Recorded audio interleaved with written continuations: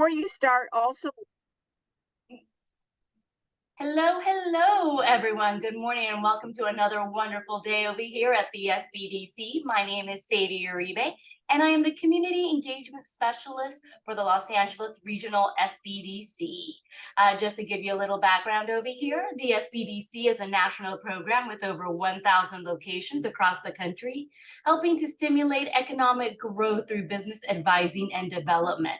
We offer no-cost services to the local businesses through funding provided by the U.S. Small Business Administration, SBA, and from the California Governor's Office of Business and Economic Development, GoBiz. The Los Angeles Regional Small Business Development Center network serves small businesses throughout Los Angeles, Santa Barbara, and Ventura County.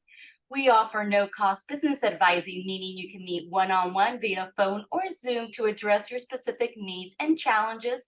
And we also offer virtual training, such as this comprehensive workshop to help and adapt and grow your business. Well, with that little note, good morning, Lori. Thank you to everyone that is here. Should you have any questions, please pop those questions into the Q&A, folks.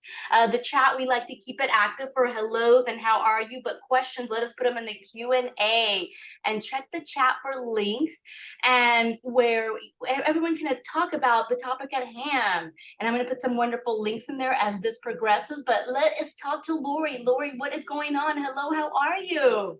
Good morning, Sadie, and to everybody's going, where's Lauren? Where's the video? Where's all that? Lauren is at an SBDC conference this this week, perhaps. Sadie has been here before for those frequent flyers who remember her name. She always comes in and takes over whenever needed. So thank you so much for being here, Sadie. Wilmer, Q&A, yep, you're right. You didn't see Lauren's screen. You're absolutely correct. It wasn't up there. And luckily, Sadie jumped in because I told you guys that are frequent flyers, if Lauren's never not there, I was going to have somebody from the audience see how much of the introduction from Lauren doing that you remember. Today. So thank you again for being there, Sadie, and giving us a kickoff to the show. So hello, everybody. We got an exciting show today. Let me go over a few things, starting out with the Mythbuster. Now, with the Mythbuster, guys, I know I've spoken of this many times, but I'm hearing it every single week, so I want to bring it up because it's such an important conversation to have. The Mythbuster is, I started an LLC to be a real company. That's what I keep hearing. And I see people forming an LLC that do not have to. They could remain a sole prop or at least work as a sole prop or be structured as a sole prop for a period of time until they get even an idea of where they're going or have enough risk to incorporate, to have to incorporate.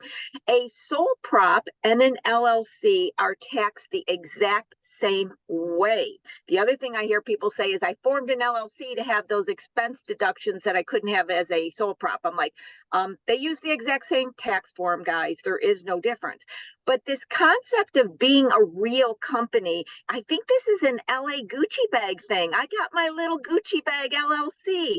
And it just doesn't make sense because what you're doing is you're inviting the government in and creating rules when you don't need to at this point. Rules such as a separate bank account, rules such as pay the $800 franchise fee every year, the $25 statement of information.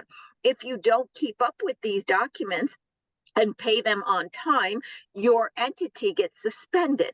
If you quit doing business, you must file dissolution documents. Think of it like a divorce decree. Otherwise, you're still in business.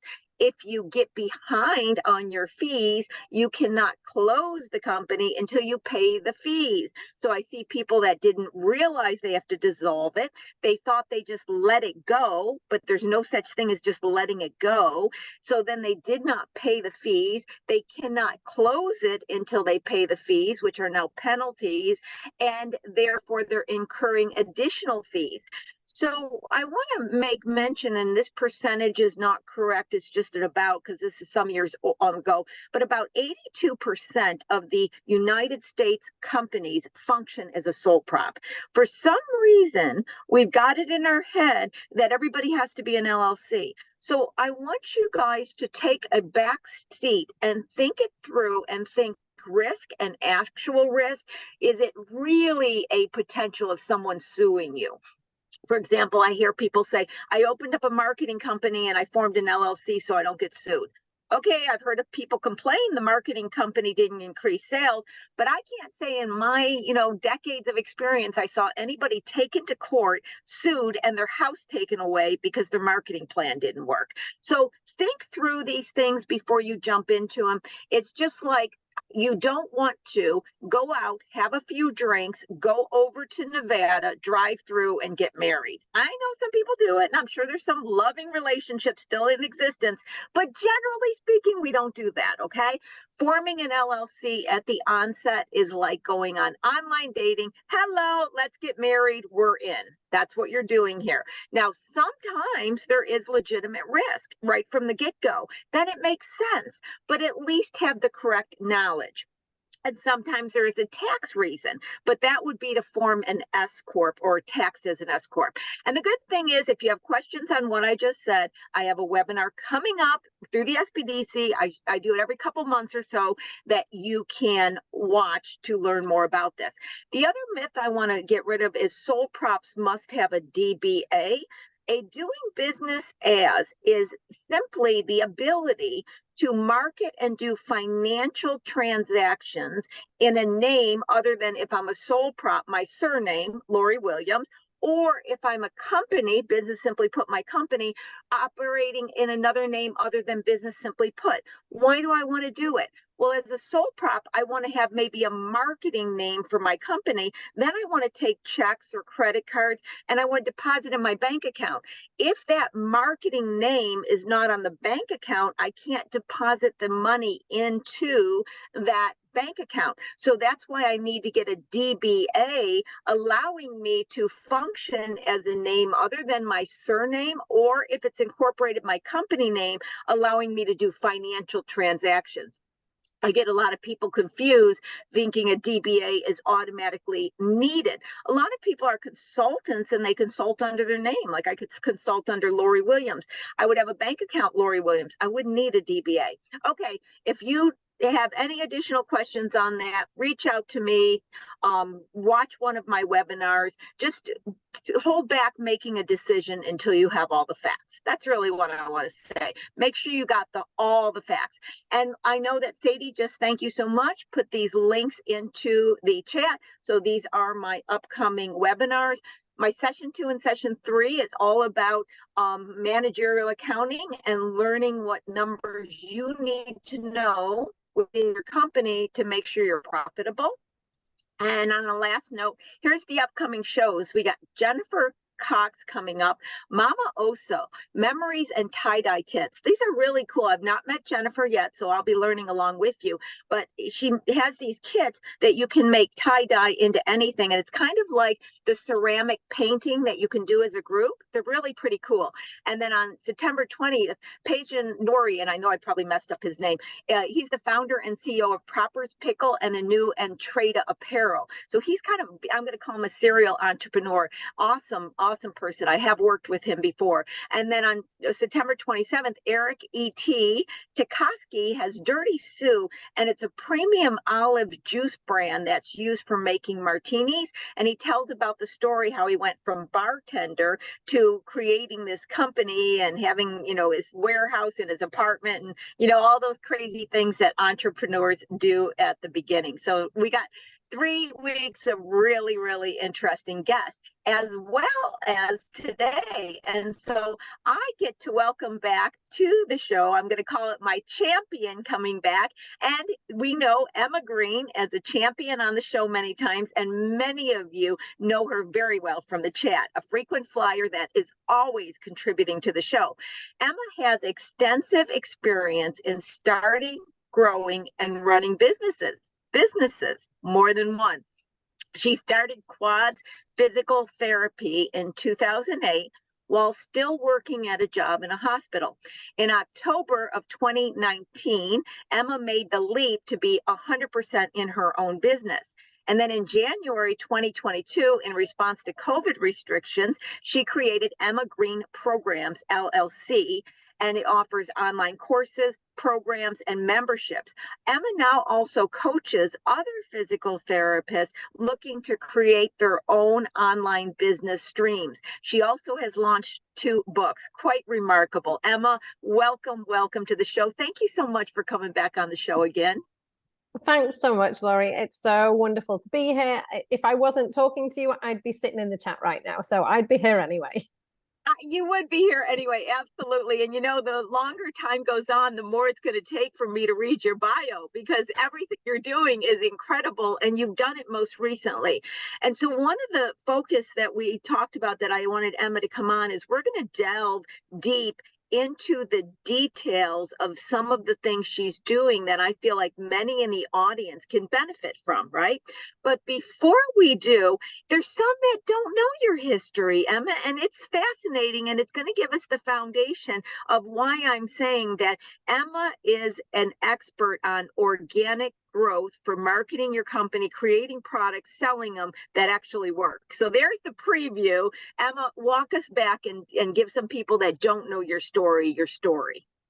Yep. Okay. So I am a physical therapist, and I was working at a local hospital, just very typical physical therapy outpatient clinic. And I set up my own clinic as a side hustle for the people who couldn't come and see me at the hospital. So people who didn't have the correct insurance, or for whatever reason couldn't see me at the hospital, I set up a side hustle. It literally was a couple of hours a week, but it grew. And so it grew and grew, and it became a full-time business. At one point, I had a number of staff who were helping me out there as well.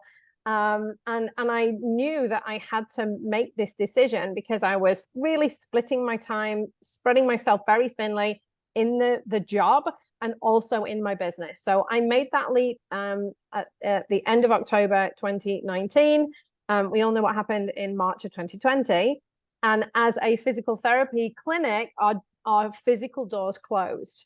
So I had already started dabbling a little bit in telehealth. I had some clients who geographically couldn't come to see me in the clinic. And so I'd started to work with them online.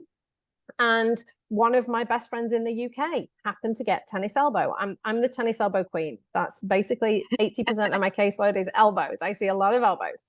So my best friend at home in the UK got tennis elbow, and she posted on Facebook about her tennis elbow. So I called her up. I was like, do you not know what I do? And she was like, of course I know what you do, but I can't exactly pop and see you. You're 5,000 miles away. So I said to her, right, let's jump on Zoom. I'm going to talk you through how I help people. And this was pre-COVID. Right. I'm going to talk you through how I help people. Let's see how it goes. Well, within 3 months, she was back playing field hockey, and the doctors in the UK couldn't believe how fast she'd recovered. And so obviously, great result. I was like, oh, I don't have to put my hands on people to help them. That was a huge revelation, because obviously, as a physical therapist, this is the first question that people ask me, is that how can you do that online? Right. And so I realized that what I was teaching people, I could teach them over Zoom or online, and they would be able to heal themselves. So this was a big aha moment for me. So then fast forward to COVID closing our doors. I was 95% in person at the time COVID hit. We shifted everybody online over the course of a weekend. We did not lose any patients. Everybody just kind of accepted it, I think, because nobody knew what was going on. And I was just kind of telling them, this is what we're doing. And they were like, okay. So we transitioned everybody over. And obviously we all thought it was going to be a couple of weeks, and we said, okay, we'll see you in a couple of weeks when this all blows over. Obviously that turned into a couple of years, and my kids had come home, and I even as it was going on and things were starting to open up, I had 2 kids at home. There was no way I was going to be able to go back into a clinic. And as time started to go on and on and on, my patients started saying to me, you're not going back, are you? Because they started to realize how much they loved working with me online. It was so easy. They didn't have to battle traffic. They didn't have to find parking. They didn't have to block a half a day out of their work schedule for an appointment. It was literally click on, click off, and it was so easy. And I'd looked at my outcomes when I was seeing people in person, and I looked at my outcomes when I was seeing people online, and they were the same. And I had, again, this realization that I can do this online. I can be a virtual physical therapist. And so for the past 3.5 years, that's what I've done. And so when that happened, again, kind of the shift that came was, I am not limited geographically now. It's not just people in LA that are going to come and see me. I started to get calls from people in San Diego, people in San Francisco, people from the UK, Australia, Egypt, India. All these people now needed my help.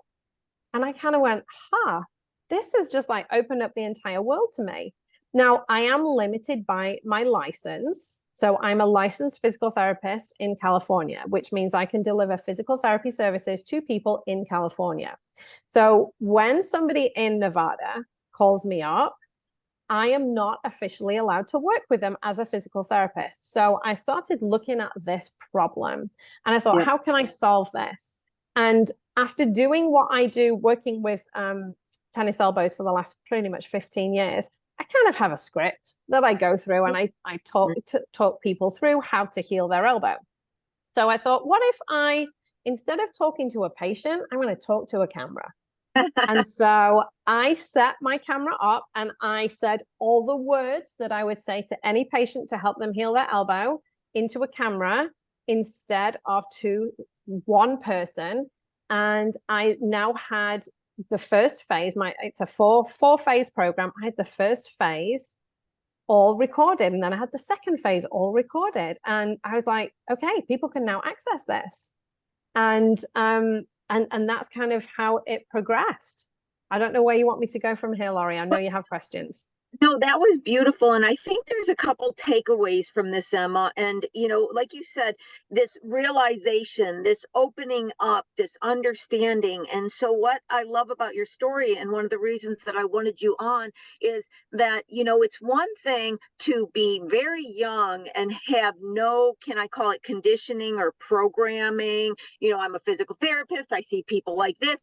You had already existing programming, but what you did, a little bit forced by COVID, is you opened up and started saying, what are the possibilities? And that was something that switched on immediately the brain saying, what are all these possibilities? And so what I have been communicating to invite people in, I mean, we can all collectively say COVID was the pits, it really did a lot of bad things.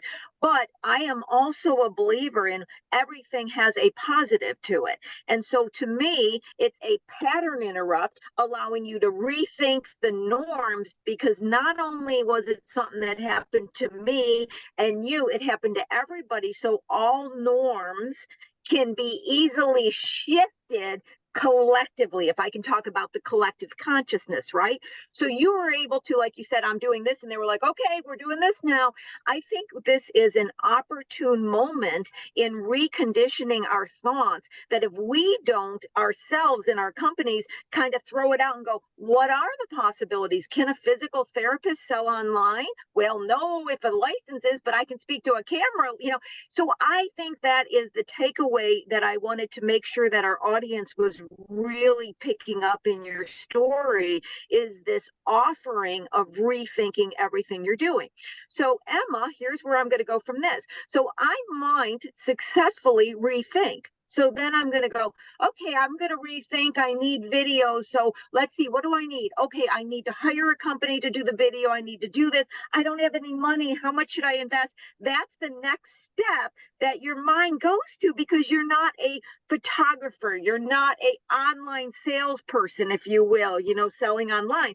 But you continued in this same process of, what can I do? What's the minimal I can do? How can I solve this problem? And so I just wanted to create that little mental foundation. Now tell us the story when you went from, I'm going to create something, what you did. Yeah, so I think you're absolutely right. Minimum viable product is really what we should all be striving for initially. And so, how can you do this in the most cost-effective way, in the easiest way? Don't make it hard. Don't make things difficult. I think people are really good at doing that. So I used this. I used my phone. I still use my phone. I can't tell you how many videos I have recorded, but it is thousands and thousands of videos I have done all on my phone. I don't have a fancy camera. I do now have a holder that holds it. I didn't when I started. And so I knew I wanted to create these videos to help my tennis elbow sufferers. I knew I was going to film it on my phone. I knew I needed my husband to take the kids out so that I had a quiet house for a couple of hours. So I got him to agree to do that. And I was like, right, I've got this time. And again, it kind of made me do it. I had this chunk of time. I need to get it done. So I set my phone up. I was going to stand and talk, and I talk very much with my hands, as you can tell. And so I needed something that was going to, where am I going to prop my phone was basically my question. So I put a kitchen chair on top of the kitchen table, and I had a file, and I can even show you the type of file that I have. This is my planner. Do you see the rings there? Your iPhone fits in those rings perfectly. So I had that open, I had the phone propped in there, and I hit record and I talked to the phone. Anybody looking through the window would have thought, what is this crazy woman doing? I love that. So in that, so now you got the video. What I find interesting is how you have progressed in delivering the video, because now I could take it on my phone. It's on my phone. And over the period of time from their beginning to now, you've learned different softwares that you're utilizing. And I was telling Emma before the show that I have an interest in this as well, because if we go back a decade ago, when I created my first video and my ebooks even to download, I had such a challenge, Emma, because the software was not there, the downloads weren't completing. I had to hook up a separate credit card thing. And I just realized, wait a minute, I want to go back to doing my ebooks on my own website again. The technology has made it cheaper and more simple than ever. So now we're going to dig deep. Let's get into some details. And like I already kind of got Sadie sitting on the edge of the seat, that if we got a product or a software we mentioned, she'll put it in chat. We may have to stop and spell. But take us from the very beginning to now, because it shows us the cheapest way you could do it, and then the software you're using. I think that's fascinating. And also, Emma, you're doing subscriptions now, aren't you? So it's a little bit, so give us a feel for it first, what you're doing, and then how you're doing it. Yeah, for sure. So just to take you back to how I did that first one, obviously. So I filmed it on my phone. I would upload that video to YouTube. And then I would very, very simply edit it. So literally, like, I would take the two ends off, like pretty much that, like me leaning in and pushing the button, I would take those two ends off. That literally was it. Because I'd said the script so many times, there really wasn't very many I didn't make that many mistakes. If I did, I just re-recorded it. So there was not a lot of that, which was good. Once it was on YouTube, I then took so I had it unlisted on YouTube. So there's three ways you can put videos on YouTube. They can be public, so anybody can see them. They can be private, so only you can see them. And then you can be unlisted, which means anybody with the link can see it, but nobody else can find it if they go on your channel. So they need the link to that specific video. So I would have them unlisted on my YouTube channel. I would take the link and I would email that link to people.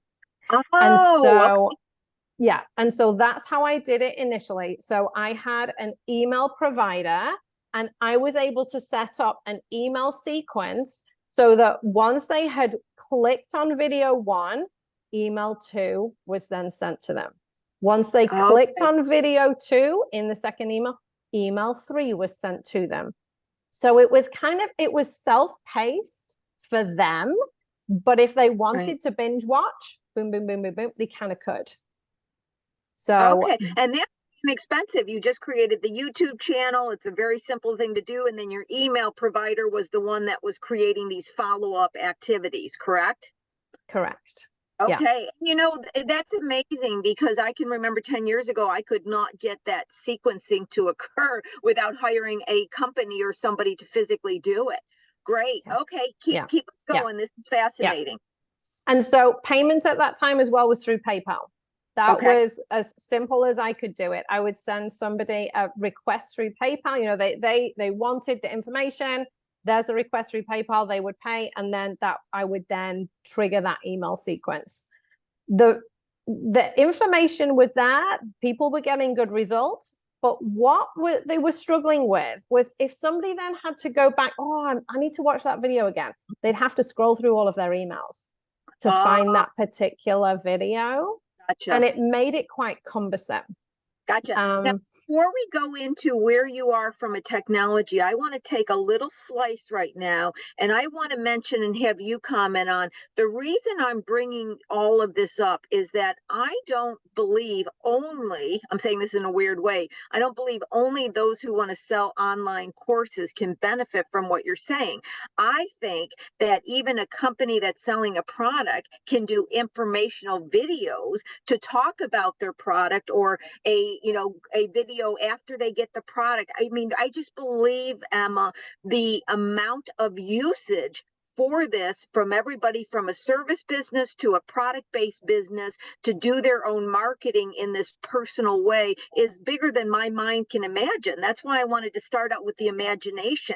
So I realize I didn't express this to the audience. I'm saying this on this show because I think everybody can use this to do their marketing as well. Your thoughts on that? Yeah, absolutely. And I truly believe everybody has a book and an online course in them, no matter what, because it can be anything. Obviously, I created mine within sort of my career. I'm a physical therapist, and I solve this problem, and here's the solution to that problem. But I mean, there are online courses out there on dog training, on making candy apples, on tennis elbow, on playing the guitar. I mean, there is no limit to what you can create an online course on. And so, if you're sitting there and you have a job and you're looking at some extra income, there is going to be an online course or an online program or something that you could create from your passion, from your hobby, from just something that people ask you about all the time. Maybe it's the mums at school. What do they ask you about all the time? Yeah. Or maybe it's, just your all of your friends or your family. What do they ask you about? And that there's an online course in everybody, but you're absolutely right, Laurie, it applies to everybody. I love that, Sadie. There's an online course in everybody. Can you please put that in the chat? That's beautiful. Back in the olden days when ebooks first came out, there was a lot of discussion about that. And I think now there's more of an appetite in the audience viewing these courses than there ever has been. And I fully agree. And so there's many ways for people to pick up a few extra dollars, sharing their wisdom. And even if they're not picking up dollars, sharing their wisdom to introduce their product. It could be, hey, all the moms asked me this, but by the way, my real job is, I'm using the real again. In this way, it's a good way to do it, is I have this company doing this. So I think you can even mix a little bit of sharing personal information with your company and then use these type of programs we're talking about. So this, I think, is an ingenious do-it-yourself DIY way to promote your company and continue in your story of how you evolved from the YouTube setup, et cetera, especially for those that want to do online courses. Yeah, so we'd got to the point where people were consuming the content and they were getting good results, but it was cumbersome. It was a challenge for them to go back and find things. And so I looked for a solution to that problem. And so the solution that I found was Kajabi. So that is Kajabi, Kajabi. Kajabi is an online platform that it basically hosts my courses. And I have memberships on there as well. It's a software that you use. It's a platform that you use. So it puts everything in one place. So I can create a landing page in there saying, here's my course, here's everything about my course, click here to buy it. And then that takes them to a checkout page that's also within Kajabi. That is attached to Stripe, which is a payment processor, or PayPal. It'll attach to either of those, and which automatically then takes the payment. Kajabi obviously then knows, and then Kajabi sends them an email saying, great, here's your purchase. here's how to access your course, and then it delivers the course. So the course is all hosted on there. So all of the videos that I used to have on YouTube, I can now have on Kajabi, and I can drip it out to people. So my course is 4 phases. Each week a phase opens up, and each phase has about 10 to 15 videos in there. So they get a week to watch those and implement that before the next phase opens up, and they get the next bit of content. You know what's interesting about Kajabi, and I know you had mentioned it and a couple other people had mentioned it. So personally, I buy this course that I'm wanting to go through, and one of them is a monthly subscription from 2 different companies. And both of the companies, which I bought through their website, emailed me and said, download the app Kajabi if you want it all in one organized way. So I was like, wait a minute, I heard about that. Let me download Kajabi. So then I found out on the user side, all I had to do is put in the email address I used, and all of the subscriptions that I bought showed up. I clicked them, and now I go to Kajabi and I got all of the different courses from completely different companies. So I can say the user side, I'm like really amazed at how efficient Kajabi is, making me more interested in from the company side. So I just wanted to add that surprise experience I had. It's not cumbersome for the user. Yeah. And that's exactly what my customers found as well, especially those that were with me at the beginning and kind of watching the YouTube videos. And then when it transitioned to Kajabi, that was what they said. They were like, oh my goodness, this is amazing. It makes it so much easier. They can see all the videos are in one place. They can skip backwards and forwards. It's all there. Now, did you then set up I'm assuming, account with Stripe or PayPal, and then you just linked it through Kajabi? Yes. So now, is it as simple as you make a video and you use the Kajabi platform and you make sure you have your account with Stripe and PayPal, and then it goes in your bank account? Is it now streamlined that simple and very professional and easy to manage now? That's fascinating, Emma. Yeah, it is.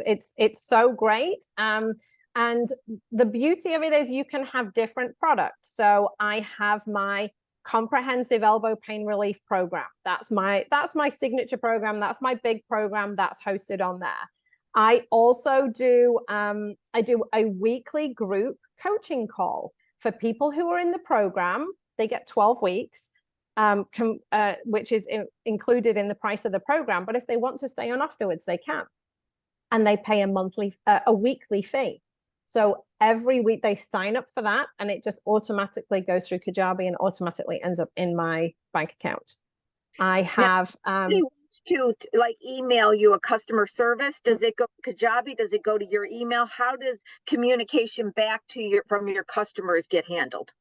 Yeah, so you set up your email address when you set up your Kajabi account. So when I'm setting up to create as a creator, I put my email address in there. So if somebody emails me through Kajabi, it just comes to my email address. Gotcha. Now, did you maintain your YouTube for marketing? Because now we're getting into this is great. You got the product, you got it on a professional site, but people have to know about your services. So now we can get into the marketing and then finalize it with the writing of the book. So how are you now marketing? And did you find that YouTube was worth keeping, or did you eliminate it and go just to Kajabi? YouTube is 100% worth keeping. So the reason for that is YouTube is owned by Google. When people Google things, if you have your keywords in the videos that you are creating on YouTube, Google is going to show you because they want to keep you within their family.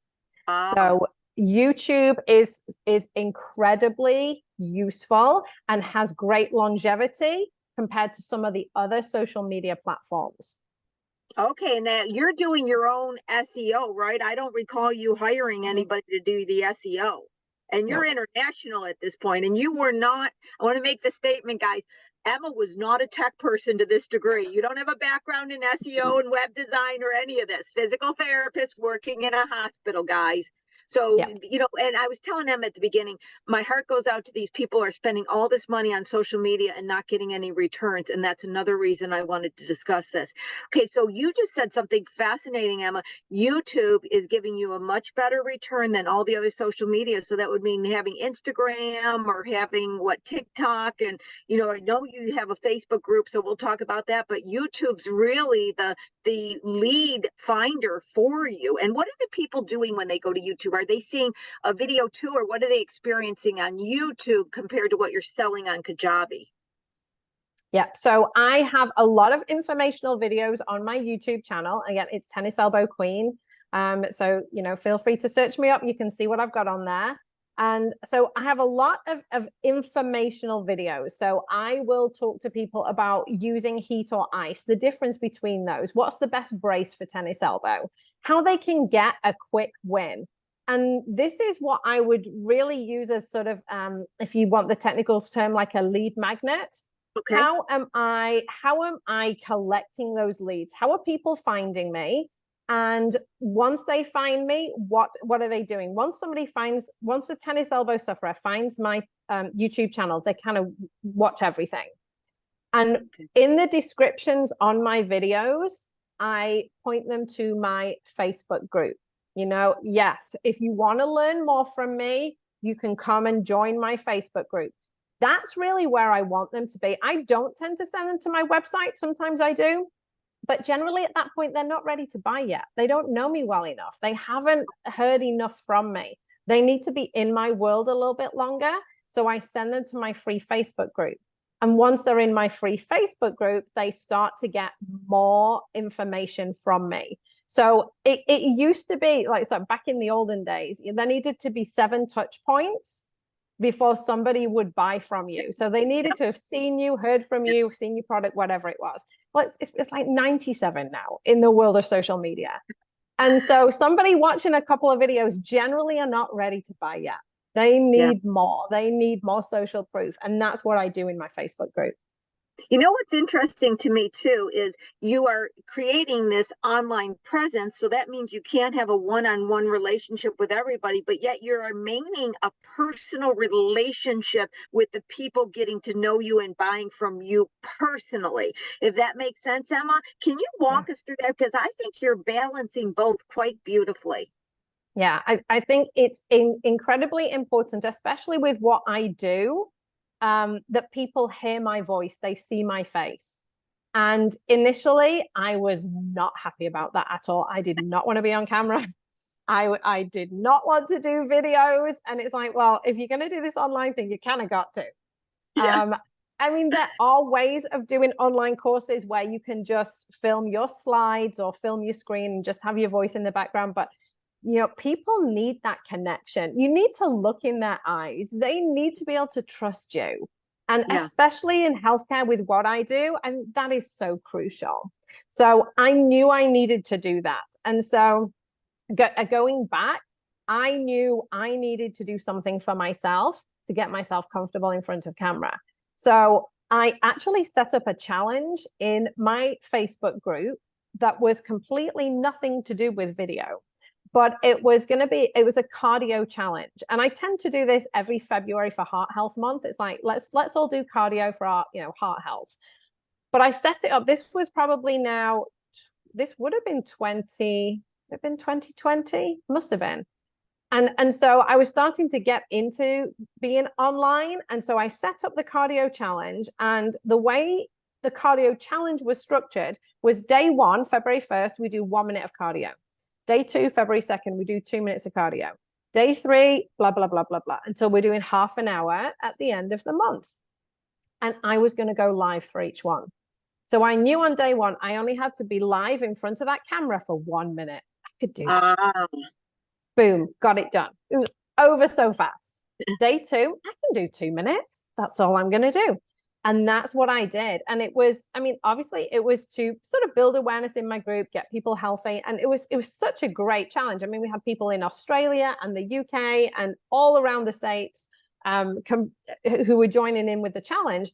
But it was really for me to get comfortable to be on camera for half an hour.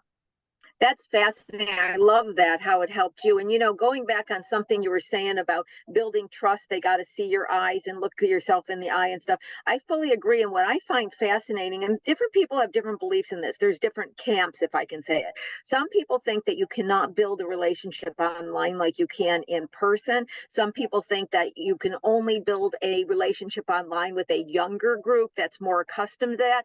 I personally don't believe either of them. I'm an older group, obviously. And it was so interesting because somebody asked me the other day how long I knew somebody. It was somebody at the SBDC, and I told them, then they said, well, where did you meet? And then I had to think about it, and I went to answer, and I realized, well, I never met him in line. I never met him in person. I mean, it was only, and I didn't even realize it. My relationship, my understanding of the relationship, I've never met Lauren. I've never sat in a room next to Lauren, right? But I love Lauren to death, So I don't have a differentiation between seeing you right now or sitting next to you. In fact, I think it's a lot easier for me because I can be where I want to be and you can be where you want to be.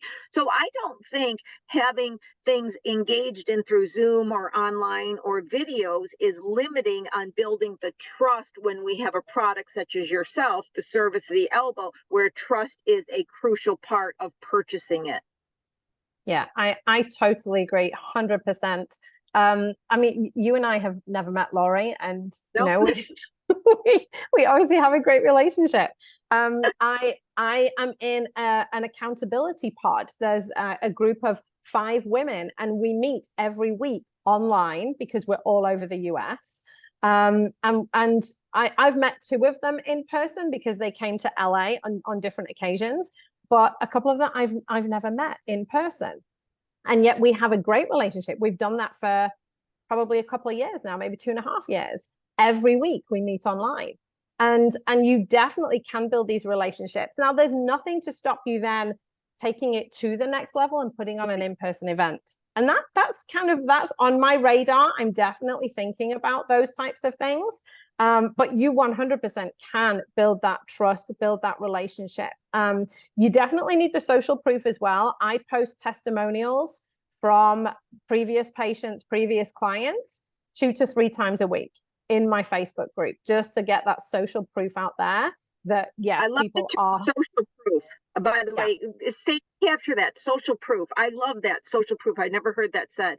And, really what I'm trying to do is remove limited beliefs from our audience. I can't do this. I can't build the relationship. I can't achieve this. My needs more, remove these. And then you can choose to have everything. That's what I'm about. Remove and then choose accordingly. So with the marketing, Emma, then let's walk forward on, you wrote a book and then you wrote another book. And so a lot of people want to do that as well. Walk us through the book writing, from the specifics to the mechanics of it, the logistics, but also how it has benefited you. Yeah. So I have always wanted to write a book. I think when I was in school, it's like, oh, this is one of my goals. I'm going to write a book. And of course, it's always on the back burner because there's always other stuff to do. So you never actually get round to it. And I had joined a business mentor group for physical therapy clinic owners a number of years ago. And we were all encouraged to write the book because, it's really good as a lead generator. It's a relatively inexpensive item, but it's tangible that you can send to prospective clients. And you can again build authority. You've written a book, you're building authority.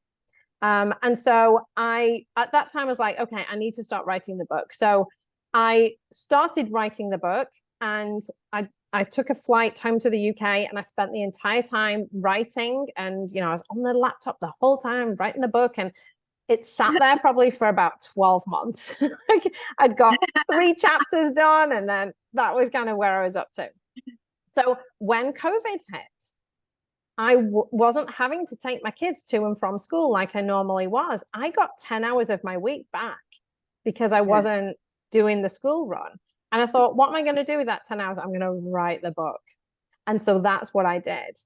Now, it was incredibly helpful because I wrote the book I finished the book after I'd done my course. And so as part of my course, I had all my videos transcribed. And this is basically the framework. This is how I heal tennis elbows. My first book is Tennis Elbow Relief. So I took all the transcriptions of all the videos and just cleaned them up, edited them, took out the I say so all the time, like a million so. I took all of those out, and that became the book. And so having done the online course first, having the videos transcribed, and then taking that information and creating the book made it a whole lot easier. I did work with a book mentor. Anybody can write a book. You just you literally tap on your computer or you write a book. But having it formatted, getting the illustrations in the right place, knowing what needs to be on the plate, all of the logistical things I had no clue about. So I did work with a book mentor. She works with a lot of specifically female entrepreneurs who are putting books out, all different kinds of things, like recipe books and spirituality books, all kinds of things. She's in New Zealand, and she held my hand through the whole process. She's worked in the book business for 25 years, so she knows the ins and outs. Even when I wanted to do a very limited print run of my first book, because I wanted copies to give my book club. At one point, she found a local printer who would just print out 10 copies. Boom, there you go. Wow, so that's perfect. Yeah, that was incredibly helpful. She helped me upload onto Amazon, helped to kind of make the decisions. Are you going to go expanded distribution, which I highly recommend, because it does get your book out there in front of a whole lot of other eyeballs. I've seen myself on the Walmart website. I've seen myself on Barnes and Noble and Waterstones in the UK, and it's just like, so that's kind of cool. So she helped me through all of that process. So then once that first book had been launched and it was a bestseller on Amazon at its launch, it definitely raised awareness and it raised my authority. It's like, she's written a book on this. She kind of must know what she's talking about. And that's very much a perception. We all have that. If somebody's written a book, it's like, oh, they've written a book. And anybody can do it. In this day and age, with self-publishing, with Amazon as it is, KDP, it's really easy to self-publish your own book. So the second book kind of came from that. I use a sort of a process for healing tennis elbows that can be applied to anything. So my second book, Get Out of Pain Fast, is basically that framework, that process that you can apply to your neck, your knees, your elbow, your foot, whatever. And it was very easy to write that second book because it does have a lot of the first in there. So it's, well, and once you've done one, you see how easy it is. So yeah. Yep. Totally true. I wrote 4 books and I did it, decades ago. In fact, I'm getting ready to start playing with them again. But I did the same thing. I took all my slides from my presentations and just expanded upon them. And then I did create my own covers with some software. This is 10 years ago when things were not, maybe. I bet this is 15 years ago. Finance never changes, so they're still relative, right? But I also got them on Amazon. I had to pay somebody at the time to upload them on iTunes because I didn't have a Mac. You had to have a Mac to upload. But I found the same thing, and the KDP was very easy to work with on Amazon. And I haven't done really anything with them, and I still get people purchasing the books every once in a while. At one time, I was very active, and I think one of the things I want to point out is, where you said like you've seen it on Walmart and you get real excited. I think that's the other thing for the audience is if you're ever feeling like, and I've been feeling this way recently, so I'm speaking from my own biography, Emma. I was thinking the other day, well, you know what? I've got a little bit more time. Things aren't as crazy. What's missing? I felt like, like something's missing. And what I felt was missing was that creative part. I am very creative. Even though I'm finance, I still have creative. But I'm not somebody that sits down and draws, but I love to write. And I realized what I missed and why I'm wanting to go back there is I miss playing with my new ebook and seeing it over here and making a new cover and playing with my website. I miss doing that. That was my painting. And so I wanted to mention that because in the audience is, if you look at this like this is your side hobby of wanting to paint, and by the way, you're also marketing or creating exposure or making some money, how cool is that? And so a lot of this technology, instead of looking at it now as technology, look at it as a coloring book, because it's really been organized where it's that easy to do and it's fun. And that's what I see with you talking about this, how fun it was. And that's an aspect I want to speak on as well to the audience. Yeah, definitely. And it remains fun. And so you can almost go the opposite way in that, you know, I'd left my job and now I'm in my business and I'm doing all this fun stuff, and it is really fun. And you can start to see that the number of hours that you are doing this stuff can go up and up and up and up and up. And again, it's kind of keeping yourself grounded, keeping a limit on that, because, you know, the kids still need feeding, and, you know, we still need to be doing all the life stuff. And it's kind of putting some of those limits on yourself with regards to, yeah, let's do the fun stuff, but let's still look at it as a job. You know, maybe let's work 9 to 5, but at 5 o'clock, the laptop closes, and then, you know, you get on with the other fun stuff that we need to be doing in life too. Exactly. And all, you know, all this fun new technology and everything isn't just for the 20-year-olds, okay? It's for all of us. It really is. It's fun to do. Now, one of the things I want to, we only got a minute or so to launch into this, and we're going to have you back on. So I just really wanted to take the time to go through these details. And that is another marketing tool that I think you have really done well with is, I'm going to call it just partnerships.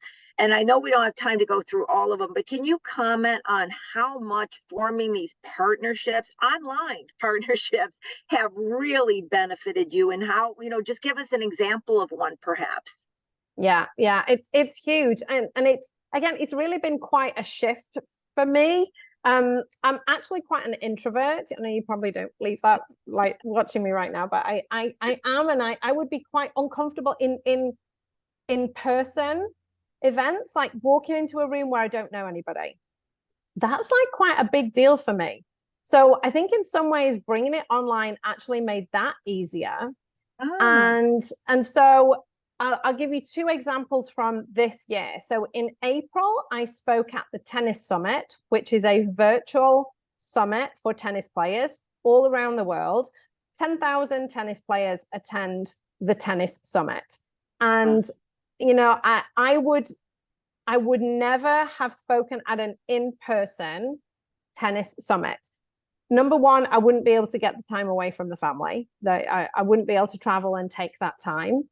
But also, I think it would really be very daunting to me to kind of think, I'm going to stand on the stage and I'm going to be in front of all these people and I'm going to tell them my story. Whereas doing it like this online, and knowing there's hundreds of people watching, but I was just talking to the host, like you and I are talking right now, Laurie. Yeah. You know, and that makes it much easier. You know, you're in a safe environment too. You're in your home. You're surrounded by the safety and comfort. But so I think it gives you that ability to launch a little bit more, if I can say it that way. And I think that's a key point. And I mean, for you specializing in tennis elbow and being able to address this huge audience of tennis players, that is just, what do you say, priceless? Yeah. Absolutely, that's it.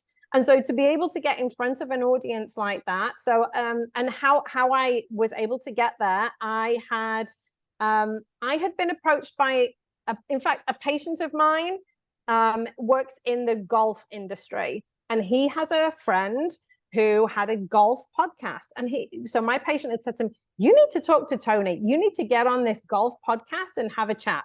So I did that. Once I'd done that, I then got another golf podcast wanting to talk to me and this tennis podcast because I'd done the first one. And so I actually went on to the Tennis Files podcast, and the gentleman who is the host of the Tennis Files podcast puts on this tennis summit every year. And so I'd been on his podcast, he'd spoken to me, he obviously knew, you know, how I speak and the information that I give. And he was like, I would love you to be a speaker at the Tennis Summit. So now I've done that for 2 years. And then having done that, it's like a snowball effect. You know, people see you do these different things. So the other event that I did earlier this year, I spoke at Therapy Live, which is a virtual event that's based in the UK for physical therapists. So there were 700 physical therapists at Therapy Live, and I spoke to them about how I help tennis elbows and, you know, the different strategies and things that they can use to help patients too. So within that, I have now got a number of people who watch my presentation who now want to help me with, I'm actually in the middle of writing the second edition of my first book, the tennis elbow book. They're going to be pre-readers for me. So they're now in my world. They're going to help me, you know, improve the book. And they obviously see what I'm doing and they then want to learn from me. So then obviously they're in my world and I can guide them along that journey too. See, what's so amazing, and the audience don't know it to the degree I do, and I am just so inspired by you, Emma, because I know that it was maybe 4 years ago. Our conversation started out with you wanting to get a lease, me saying, Emma, I don't think you can afford the rent. I mean, this whole part that you have spoken about together with me did not exist in any way, shape, or form, concept, abilities, mindset. You were talking with me financially about whether or not to buy or get rent a new space, get employees. And I just want to bring that up, Emma, because people hearing this need to understand you completely created this dream world from nothing and an incorrect mindset to even start this dream world, if I can say it that way. So I want people to really realize how much you took away any limited beliefs and then dreamed and structurally put something in place. Yeah, that was January 2020, Laurie, when we had that conversation and you told me I couldn't afford that lease. And I am forever grateful that you told me that, because you were so right. I know you said. Now we got a question, and I've saved it for now because it's one area that I want to come back because it ties a nice bow on things. So the question was about the legal notes as far as the video to be used only by the purchaser, which is a good question. I want to also bring up, going back to another conversation we had when you started delving into this, and we looked at, and you had looked at it with a lawyer about the fact that you're going to start kind of down this pathway and you had to separate it from your license. You're going to be international. And we talked about the risk that it made sense then for you to have an LLC. So a couple things I wanted to comment on and have you expand on is, one, you didn't take any of these actions without thinking through the infrastructure and the structure in place, including the legal structure. You had been a sole prop up to then, and it made sense to change it, something I spoke about at the beginning. And so these questions of legal, when you needed to, you hired somebody, a lawyer, to give you advice. Can you kind of bring all that together for us? Yeah, so my physical therapy clinic, Quads Physical Therapy, I was a sole prop and I still am. So I still have that business, Quads Physical Therapy, and I am a sole prop. And that's, you know, it's a small business, it's a six-figure business. So, you know, it takes along. But I knew when I started to go outside of California, outside of the US, I had to separate the two because my license allows me to work in California, and this stuff that I was doing, I wanted to be separate. And that's when we created the LLC for Emma Green Programs. And that holds my books. It holds the online programs and courses, the memberships, anything that is not sort of physical therapy in California is under Emma Green Programs. And so, yeah, I knew I needed to keep that separate. From a legal perspective, in fact, this afternoon, I'm talking to a lawyer about my trademark of my logo, and everything is copyrighted. So my books are copyrighted and my courses are copyrighted.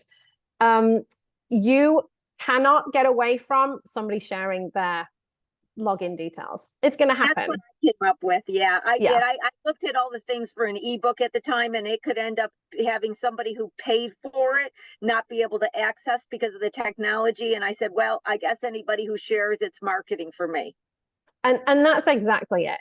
So, you know, whenever we are creating an online product, or well, any product, we're solving a problem. So we're giving somebody a solution to a problem. But once we've solved that problem, there's going to be the next problem. So Yeah. maybe the person who maybe they did share it with somebody else, and then that somebody else decides, you know, I really want to join Emma's Pilates classes. She sounds really good. My back's killing me. I know she can help me. And then they go on and buy my Pilates classes. I mean, you know, you've just got to look at it from a mindset of abundance rather than scarcity. I love that. I love that. So Emma, where can people find you? Where can they find your books, your YouTube? And Sadie, can you record this in the chat for people? Because we got a question. We want information for your books. And also, if you can, I don't know if you want to share this, Emma, because you're giving a name, your book mentor. Somebody asked about it, but only if you want to share it. So tell us first, how do we get in touch with you when our elbow bothers us, or we want some Pilates or any of the other offerings that you have? Yeah, I mean, this group, obviously I've been within this group for such a long time. If anybody wants to email me, feel free to email me. It's emma@tenniselbowqueen.com. So feel free to reach out. I'm more than happy to answer any questions. My books are on Amazon worldwide. So Tennis Elbow Relief and Get Out of Pain Fast. They're both on Amazon. My YouTube channel is Tennis Elbow Queen. I'm on Facebook, Instagram, Tennis Elbow Queen, Twitter, it's now X, Tennis Elbow Queen. I'm on TikTok. So I am on a lot of the platforms. I kind of play around, but I kind of know where my people sit.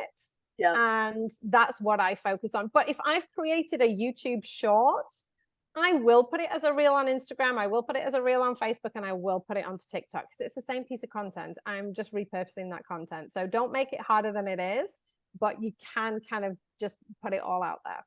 Emma, you're a rock star. You really are. You know, it's just, I love having you on the show. You know, I love you personally, but you are just a rock star with what you have done. And so I just want to thank you for coming on. You're one of the champions. I'm going to drag you back on the show in a couple months. I know I am, because it's always so informative, and who knows what you will have done by that time. So that's the other part. Who knows what we'll be discussing. But to the audience, I really hope that this has helped to open up the possibilities. Maybe make it a little bit of an invite that for the rest of the day, you're going to decide all those programmings of lack, limitation, separation, I can't do this. Take those programmings and don't run that operating system today. Just this afternoon, run an operating system saying, what are the possibilities if I am unlimited with the technology and the resources? What can I have fun being creative doing? I think that's a fantastic program to run at least for this afternoon and see what possibilities come up. And Emma, thank you for not only sharing your technical information, but your inspiration and who you are. And I think that there's many watching today that may have a little spark of excitement and creativity that will come because of the conversation that we had. Any last thoughts you'd like to leave with the audience? Yeah, I really hope so. I really hope it does spark some curiosity and some opportunity. There is opportunity in everything. And I think once you start to see that, because I can remember at the beginning of COVID thinking, I can't put my hands on people. How am I going to make money? And that was my problem. I had one source of income, and it relied on me putting my hands on people, and all of a sudden I couldn't. And I realized that was the biggest problem, and it was a threat to my family's lifestyle. And I was like, that's not okay.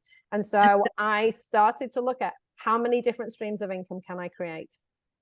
And that's what I would encourage you to do, is like, what's one additional stream of income that you can put into your life right now? Multiple revenue streams has been a favorite word of mine for decades, and I'm always trying to produce multiple revenue streams in my life, because I learned that things change, and if you only have one thing, we call it concentration of receivables in banking, that one thing can go away. But if you have multiple revenue streams, you've got plenty spread out for any situation. Well, Sadie, thank you so much for being here. Has this not been fascinating? I told you at the beginning, before we started the show, that Emma has an amazing story to tell. I mean, I just feel inspired. I mean, and I really have to note, and it's like, I know I'm known as like a cheesy person sometimes, but I love the positivity when things just, you know how it is, like you plan, right? And this is the course, but things will always change, and find the positive, find the joy and the creativity. and add a little banking to it, diversify multiple sources of income. Thank you. That's a very good note. Very well said, Sadie. Well, I want to thank you again, Emma, and thank you, Sadie, for being here today. Thank you to everybody in the audience, the frequent flyers. Emma will be back in the chat with you next week. I stole her from the chat with you. She'll be back there next week, and you can now chat with her with a whole new understanding of where she's coming from. So I want to thank everybody for tuning in to Small Biz Talk with your host, Lori Williams. We'll be back next week. Lauren will be back from her trip, and we'll have another great discussion. Bye, everybody. Bye, Emma. Bye. Bye.